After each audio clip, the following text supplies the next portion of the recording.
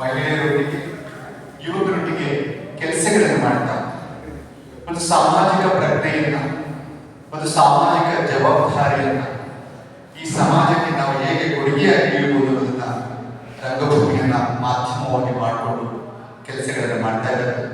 ಪ್ರತಿ ವರ್ಷವೂ ನಾವು ಬೇರೆ ಬೇರೆ ಸ್ತರದಲ್ಲಿ ಉತ್ಸವಗಳನ್ನು ಮಾಡ್ತಾ ಇದ್ದೇವೆ. ಸಂಚಲನ, ಮಕ್ಕಳ ರಂಗೋತ್ಸವ, ಯುವ ರಂಗೋತ್ಸವ, ನಾಟಕೋತ್ಸವ. ವಿಶೇಷವಾಗಿ ಮಹಿಳೆಯರಿಗೆ ಕಳೆದ 2 ವರ್ಷದ ಕೊರೋನಾ ನಂತರ 6 ವರ್ಷದಿಂದ 60 ವರ್ಷದವರೆಗಿನ ಮಕ್ಕಳು ಮತ್ತು ಮಹಿಳೆಯರಿಗೆ ಮಹಿಳಾ ತರಬೇತಿಯನ್ನ ಮಾಡಿದ್ವಿ. ಅದಾದ ನಂತರ ಈಗ ನಾವು ಮಹಿಳಾ ನಾಟಕೋತ್ಸವನ್ನ 2ನೇ ತಾರೀಕಿನಿಂದ ಪ್ರಾರಂಭಿಸುತ್ತಿದ್ದೇವೆ.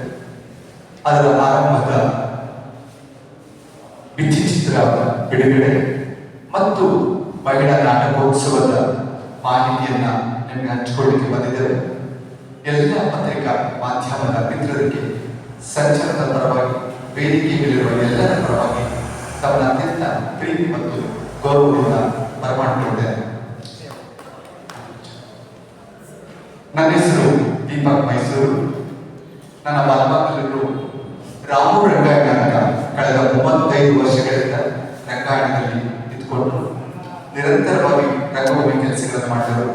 ಪ್ರಸ್ತುತ ನಮ್ಮ ಮೈಸೂರು ಪರವಾಗಿ ಕರ್ನಾಟಕ ನಾಟಕ ಅಕಾಡೆಮಿಯ ಸದಸ್ಯರಾಗಿರ್ತಕ್ಕಂಥ ರಾಮು ಸರ್ ಅವರಿಗೆ ನಿಮ್ಮೆಲ್ಲರ ಪರವಾಗಿ ನಾನು ಸ್ವಾಗತವನ್ನು ಬಯಸ್ತೇನೆ.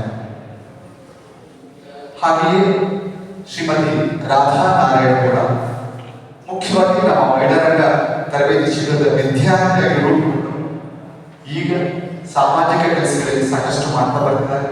ನಮ್ಮ ಸಂಚಲನದ ಒಂದು ರೀತಿಯ ಪ್ರೋತ್ಸಾಹಕರು, ನಮಗೆಲ್ಲ ಒಂಥರ ಬೆನ್ನೆಲುಬು ಶ್ರೀಮತಿ ರಾಧಾ ನಾರಾಯಣ ಕೂಡ.